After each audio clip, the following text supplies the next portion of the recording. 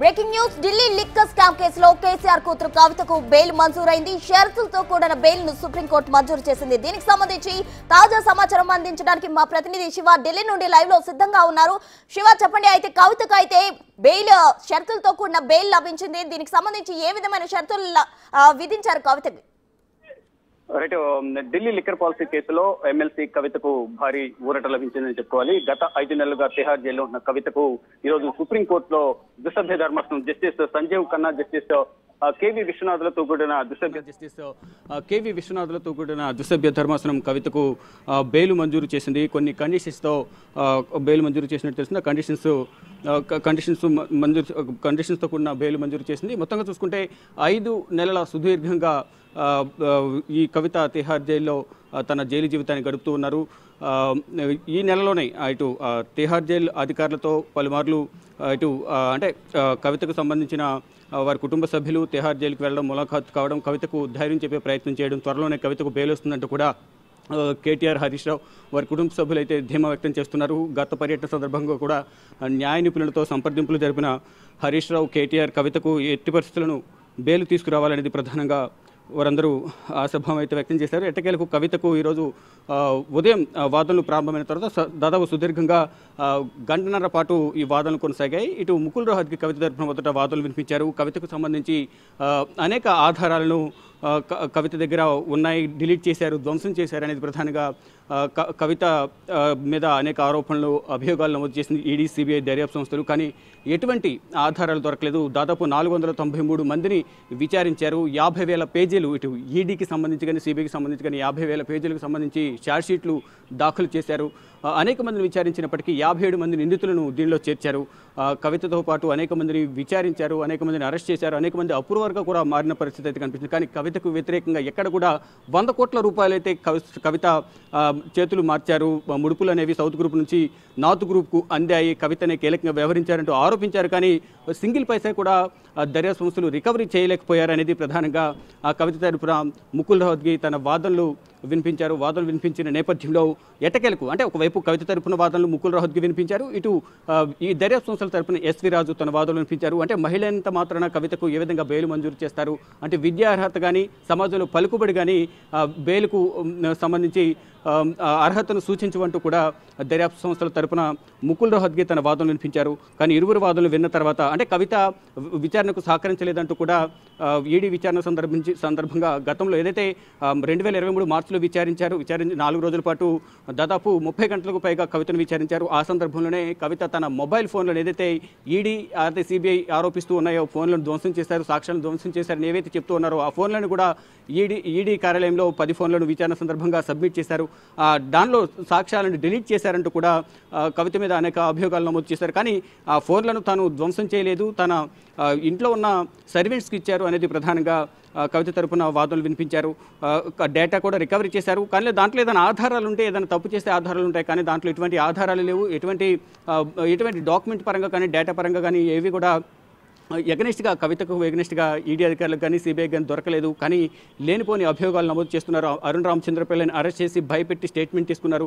అరుణ్ రామచంద్రపిల్ల ఇచ్చిన స్టేట్మెంట్ ఆధారంగానే కవితను అరెస్ట్ చేస్తామని గతంలో తెలిపారు. మళ్ళీ తర్వాత అరుణ్ రామచంద్రపిల్ల ఈ స్టేట్మెంట్ వెనక్కి తీసుకున్నారనేది ప్రధానంగా అంటే భయపెట్టడం ద్వారా, కవితను భయపెట్టడం ద్వారా అభియోగాల్లో భయపెట్టడం ద్వారా అరుణ్ రామచంద్రపల్లి స్టేట్మెంట్ వెనక్కి తీసుకున్నారనేది మరొక ఆరోపణ అయితే ఈడీ చేస్తోంది. అంటే జైల్లో ఉన్న సందర్భంలో అరుణ్ రామచంద్రపల్లిని ఏ విధంగా బెదిరిస్తారంటూ కూడా బెంచ్ కూడా అంటే ద్విసభ్య ధర్మాసనం జస్టిస్ బిఆర్ గవై, జస్టిస్ విశ్వనాథ్లతో కూడిన ధర్మాసనం ప్రశ్నించిన నేపథ్యంలో అంటే తరచూ లాయర్లు కానీ కుటుంబ సభ్యులు కానీ కలుస్తూ ఉంటారు కాబట్టి ఆ సందర్భంలో కూడా బెదిరించి ఉండొచ్చు అనేది ఇటు ఈడీ తరపున ఎస్వి రాజు వాదనలు వినిపించారు. ఇలా వాదనలు ప్రతివాదనలు కొనసాగిన తర్వాత అంటే ఎట్టి పరిస్థితులను కవితకు బెయిల్ ఇవ్వద్దు, కవితకు అగెనెస్ట్గా అనేక ఆధారాలు మా దగ్గర ఉన్నాయి, ఆధారాలు మళ్ళీ మేము మీకు సబ్మిట్ చేస్తాము, ఇప్పటివరకు ఈ ఛార్జ్షీట్లు దాఖలు చేస్తాము కాబట్టి ఛార్జ్షీట్లో కూడా కవితకు సంబంధించి అనేక అభియోగాలు ఉన్నాయి, కవిత ఎవరెవరితో వ్యాపార సంబంధాలు ఉన్నాయి, ఆర్థిక లావాదేవీలు ఉన్నాయి అనే దానిపై కూడా ప్రధానంగా వాదనలు వినిపించారు. దాంట్లో శరత్చంద్రారెడ్డి, మాగుంట రాఘవరెడ్డి రెడ్డి, మాగుంట శ్రీనివాసరెడ్డి, బుచ్చిబాబు, అభిషేక్ బోయినపల్లి, అరుణ్ రామచంద్ర పిల్లై, విజయ్ నాయర్, ఇలా సౌత్ గ్రూప్లో కీలకంగా ఉన్న ఇటు అరవింద్ కేజ్రీవాల్ కానీ, మనీష్ సిసోడియా, ఇటు ఇండోస్పిరిట్ అధినేత సమీర్ మహేంద్రు, అమిత్ అరోరా, దినేష్ అరోరా, వీరందరూ కూడా అంటే మొదట ఈ ఢిల్లీ లిక్కర్ పాలసీ అనేది 2021-22కు సంబంధించి ఢిల్లీ లిక్కర్ పాలసీ రూపకల్పనలో దినేష్ అరోరా, విజయ్ నాయర్ కీలకంగా వ్యవహరించారు.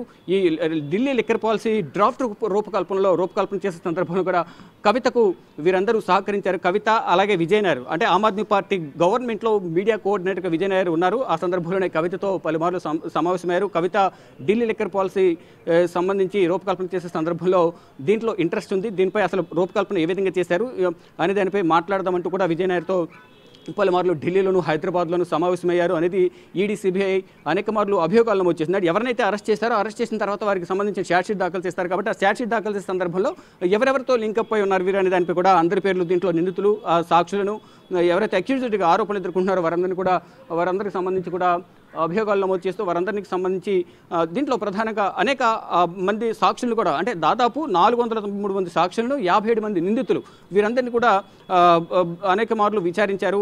మరోవైపు తెలంగాణకు సంబంధించి ఒక పత్రికకు సంబంధించి ముత్తా గౌతమ్ను కూడా విచారించారు.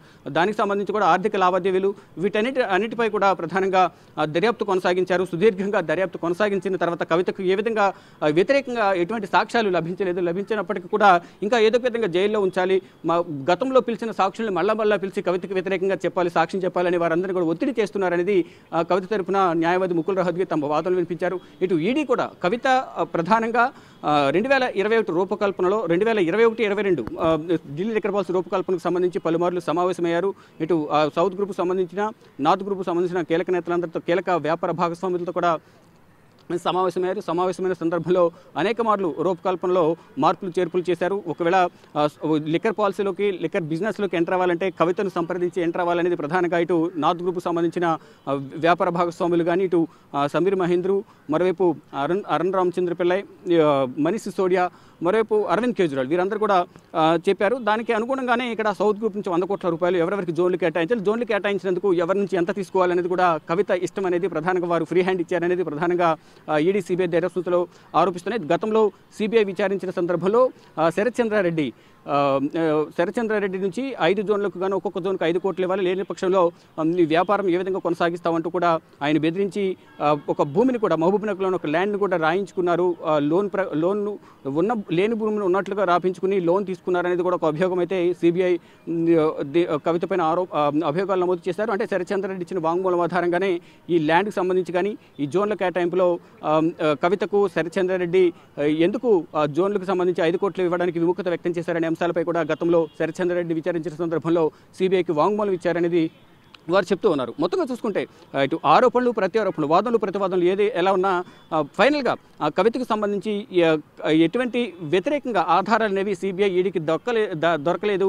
కేవలం తీవ్ర జాప్యం అయితే విచారణలో కూడా తీవ్ర జాప్యం చేస్తున్నారనేది ప్రధానంగా కవిత తరపున న్యాయవాది ముకుల్ రోహత్గి తమ వాదనలు వినిపించారు. మధ్యలో బెంచ్ ద్విసభ్య ధర్మాసనం సంబంధించిన జస్టిస్ బిఆర్ గవాయ్ అలాగే కేవీ విశ్వనాథులతో కూడిన ధర్మాసనం వారిద్దరు కూడా జడ్జెస్ కూడా మధ్యలో జోక్యం చేసుకుని ఈ పారదర్శకంగా జరగాలి విచారణ అనేది, పారదర్శకం జరగకుండా వారు స్వార్థంగా ఈ విచారణ జరపకూడదు అనేది ప్రధానంగా ఇద్దరు కూడా ఇటు జస్టిస్ బిఆర్ గవాయ్ అలాగే కె విశ్వనాథులు ఇద్దరు కూడా ఒకంత దర్యాప్తు పట్ల అసహనం వ్యక్తం చేశారు.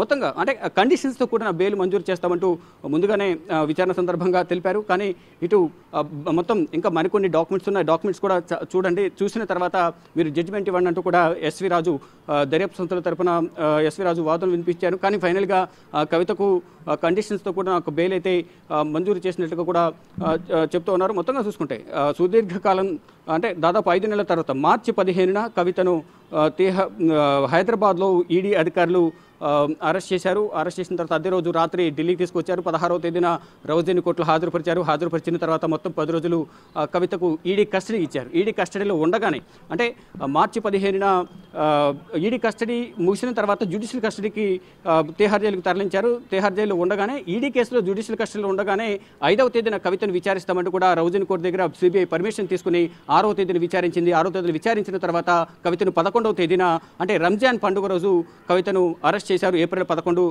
రంజాన్ పండుగ రోజు కవితను అరెస్ట్ చేశారు సిబిఐ అధికారులు. అరెస్ట్ చేసిన తర్వాత ఆ రోజు కోర్టు సెలవు కావడంతో 12వ తేదీన కవితను